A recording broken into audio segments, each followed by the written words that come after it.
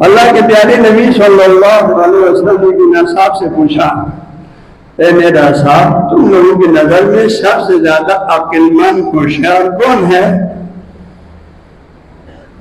فلنا جی اگر ہم لوگوں سے پوچھے تو ہم کیا بولیں گے؟ وہی جو دنیا میں بڑے عزت کما رہے ہیں، مال کما رہے ہیں، دولت کما رہے ہیں، شہرت کما رہے ہیں، سب کچھ یہی عقل مند ہے۔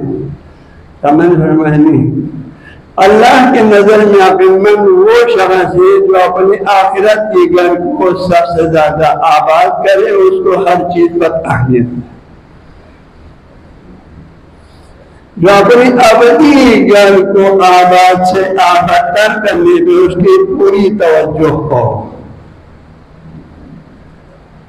اس کا پورا ہم و غم اس گھر کی آبادی پر ہو۔ یہ عقل مند شخص ہے۔ کوئی آرام سے سمجھ میں آنے والی بات ہے نا، سمجھ میں آنے والی بات ہے۔ آپ لوگوں نے بھی دیکھا ہوگا، ہم بھی دیکھتے ہیں، بہت سے لوگ ہمارے معاشروں میں ہوتے ہیں، بڑے خوبصورت نظارے میں عالیشان گھر بنایا، لاکھوں کروڑوں خرچ کر کے عالیشان گھر بنایا تاکہ اس میں سکون سے رہے۔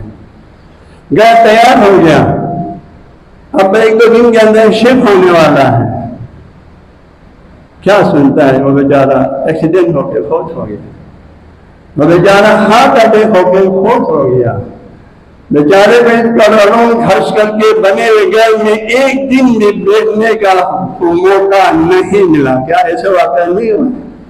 خدا کا میرے پاس جو واقعات تھے گاؤں میں بھی ہے، یہاں بھی ہو سکتا ہے، گاؤں میں تو ہے میرے پاس ہے۔